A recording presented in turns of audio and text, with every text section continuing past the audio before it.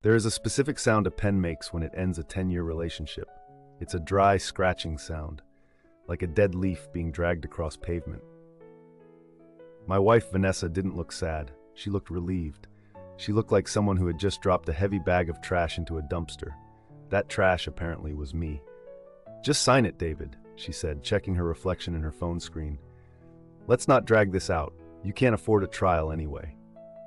She was right. On paper, I couldn't.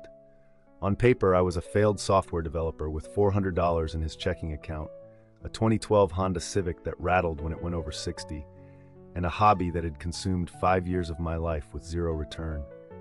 On paper, Vanessa was the breadwinner. She was a marketing executive. She was rising. I was sinking. She slid the settlement agreement toward me. Item 4A.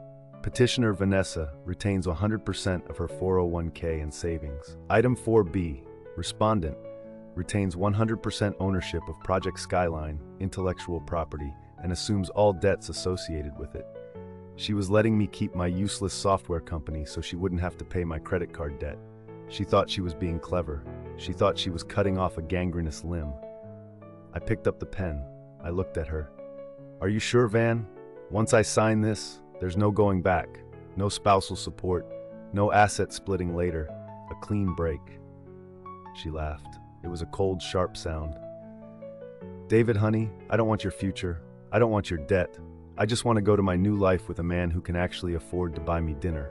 Just sign the paper so I can go." I signed. I watched the ink dry. What Vanessa didn't know, what nobody in that room knew, was that Project Skyline had exited beta testing 3 days ago. And what she definitely didn't know was that while we were sitting there, my phone was buzzing in my pocket with a notification. Wire transfer received, $24,500. We weren't always enemies. We were college sweethearts. Vanessa used to believe in me. Back when I was coding in our dorm room, she'd bring me coffee and say, "You're going to change the world, Dave." But belief has a shelf life, especially when the rent is due. After graduation, Vanessa climbed the corporate ladder fast. She was good at her job, charming, ruthless, efficient. She started making 6 figures by 25. I, on the other hand, refused to take a corporate job. I was building Skyline. It was an AI-driven logistics platform. It was complex, boring to explain at parties, and incredibly difficult to monetize in the early stages. For 5 years, I worked from home. I cooked, I cleaned, I ran the errands, and I coded until my eyes bled. But to Vanessa, I was just unemployed. The resentment started small. First, it was the size when I asked for money to buy server space. Then, it was the backhanded compliments. "David is a dreamer," she'd tell her friends, rolling her eyes. "I'm the realist." Then came Trevor. Trevor was everything I wasn't. He was a crypto consultant. He drove a leased Lamborghini. He wore suits that cost more than my car. He was loud, flashy, and ostensibly rich. Vanessa met him at a conference. Suddenly, my dream wasn't just annoying. It was pathetic compared to Trevor's success. One night, 6 months ago, I tried to show her the prototype. "Van, look, it works." The algorithm reduced shipping times by 14%. Once I licensed this, she slapped the laptop lid shut. "Stop," she screamed. "I don't care about the algorithm, David. I care that I'm driving a 5-year-old car while my friends are going to the Maldives. I'm tired of waiting for a ship that isn't coming in. You're not a genius, you're an anchor, and you're dragging me down." That night, she moved into the guest room. A week later, she filed for divorce. She told me she had outgrown me. She told me she deserved a power couple lifestyle. She didn't tell me about Trevor, but I saw his texts. "Leave the loser. I found us a house, a real house." I didn't fight for her, because when someone calls you an anchor, you don't try to hold on to them. You cut the rope, and you let them float away. While Vanessa was busy meeting divorce lawyers and picking out curtains with Trevor, I was in negotiations with one of the biggest tech conglomerates in the world. They saw what Vanessa didn't. They saw that Skyline wasn't just a hobby, it was the future of global shipping. The deal was finalized 72 hours before the divorce mediation. My lawyer, a shark named Mr. Henderson, gave me specific instructions. "Do not sign the deal until the divorce papers are signed." He said, "The letter of intent is fine, but if the money hits your account before she signs the waiver, she gets half." So I stalled the tech company. I told them I needed a few days to review the code, and I rushed the divorce. I gave Vanessa everything she wanted: the furniture, the savings, the dog. I kept the debt and the intellectual property. When I walked out of that mediation room, I was technically homeless. I had sold the Honda to pay the lawyer. I walked to a coffee shop down the street. I opened my laptop. I signed the acquisition documents digitally. 10 minutes later, the wire hit. $24.5 million. I bought a bagel. It tasted like victory. Vanessa didn't waste time. She and Trevor moved into the glass house the week after the divorce was final. It was the most expensive rental in the city, $15,000 a month. Trevor told her he was buying it, but for now, they were leasing to own, because his assets were tied up in the blockchain. That should have been a red flag, Vanessa, but you were wearing rose-colored glasses. She posted it everywhere. Instagram reels of her drinking rosé by the infinity pool. Captions like, "Finally living the life I deserve," "That upgrade," "Power couple," "No more dead weight." I saw the posts. I didn't block her. I wanted to see, because I knew something about that house. I knew it was for sale, and I knew who the owner was. The owner was an old developer who was liquidating his portfolio. He wanted cash, fast. I had cash. I called my lawyer. "I want to buy the property at 404 Crestview Drive," I said. "The one your ex-wife just moved into?" Henderson asked. "David, that's messy. Don't be messy. Move to Hawaii." "I'm not being messy," I said. "It's a great investment property, high rental yield, but I want to do it through a blind trust. No names, just an LLC." "What's the LLC name?" I thought about it. "Project Anchor," I said. We closed the deal in 3 days. Cash offer. The lease Trevor signed was transferred to the new owner. They didn't know the building had been sold.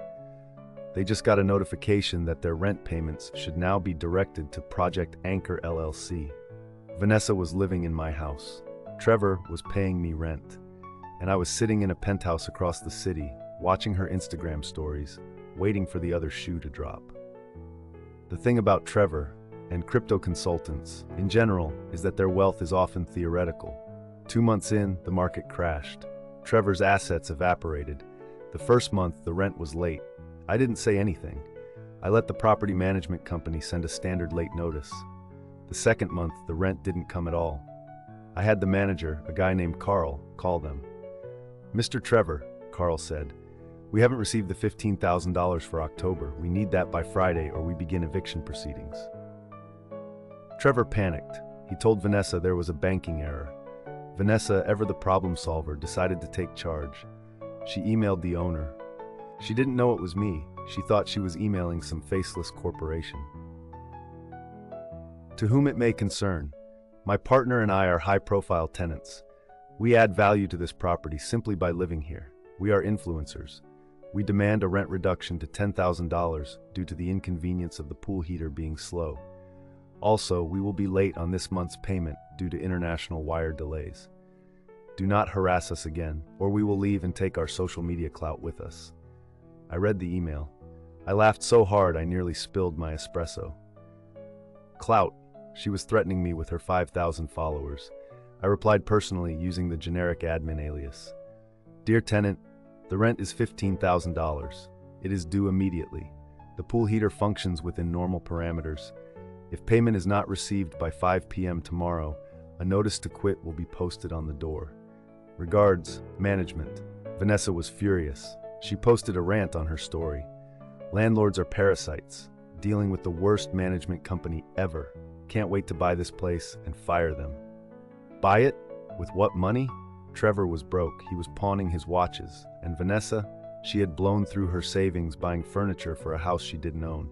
Despite being behind on rent, Vanessa decided to throw a networking mixer. She invited the city's elite. She wanted to solidify her status as the queen of Crestview Drive. She didn't know that the lease agreement, the one I had drafted, had a strict no unauthorized events over 20 people clause. I decided it was time for a site inspection. I didn't go alone. I brought Carl, the property manager, and 2 off-duty police officers as security. I didn't drive my old Honda. I drove my new Aston Martin. But I parked it down the street. I walked up the driveway. The bass was thumping. Champagne was flowing. Trevor was by the pool, looking sweaty and nervous. Vanessa was holding court in the living room. "Oh yes," she was saying to a group of women. We're planning to remodel the kitchen next month. Trevor wants marble. I walked in. I was wearing a baseball cap and sunglasses. Carl stepped forward. "Excuse me," Carl shouted over the music. "Turn the music off." The room went quiet. Vanessa turned around. She looked annoyed. "Who are you? This is a private residence." "I'm the property manager," Carl said. "You are in violation of your lease, unauthorized event, noise ordinance violation, and you are 45 days past due on rent." The guests gasped. Vanessa turned beet red.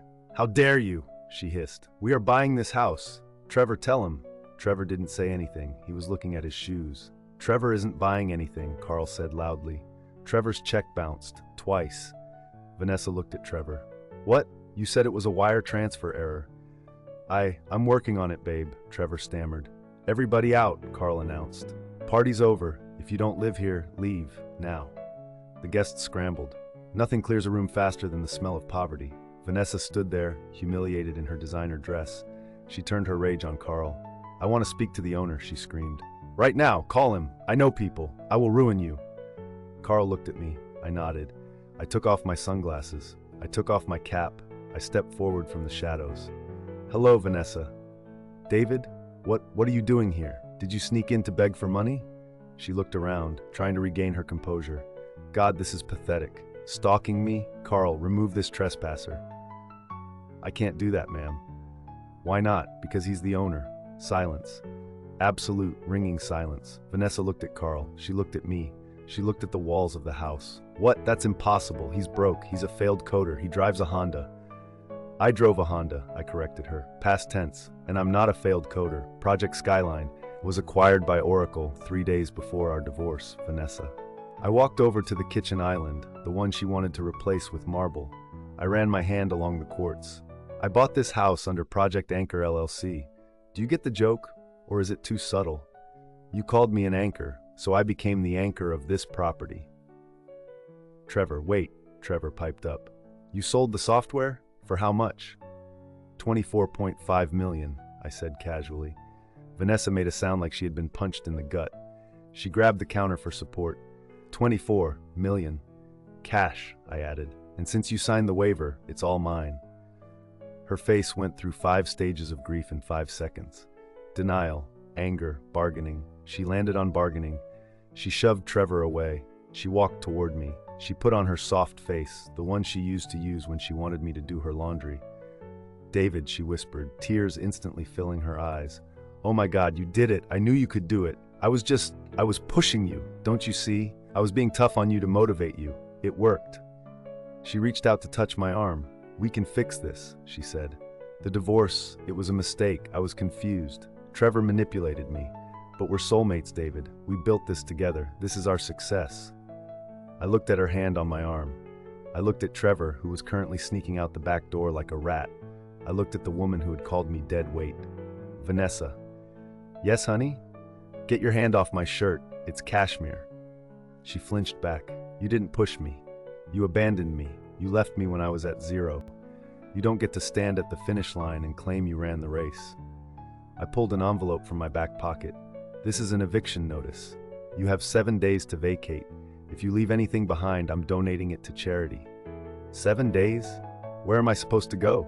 Trevor is broke. I have no savings. I'd suggest looking for a smaller apartment. Maybe something grounded. Anchors belong at the bottom, right? She tried to sue, of course. She tried to claim I committed fraud by hiding the asset. But my lawyer, Mr. Henderson, reminded her lawyer that the deal wasn't signed until after the mediation, and that she was the one who rushed the process. The judge threw it out in 10 minutes. Trevor went to jail a month later. Turns out, crypto consulting was just code for a Ponzi scheme. Vanessa had to move back in with her parents at 29. She tried to call me a few times. I changed my number. I didn't keep the glass house. It felt tainted. I sold it for a profit to a tech CEO from Silicon Valley. I bought a nice place on the coast. Quiet, private, no glass walls. I'm dating again, a teacher. She drives a Corolla. She doesn't know how much money I have. Last week, my car wouldn't start. She didn't roll her eyes. She didn't call me a loser.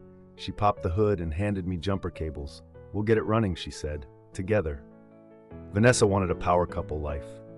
She wanted the image, the house, the status. She got the house for a little while, but she forgot the most important thing about glass houses. If you throw stones at the people who built your foundation, eventually the whole thing shatters over your head.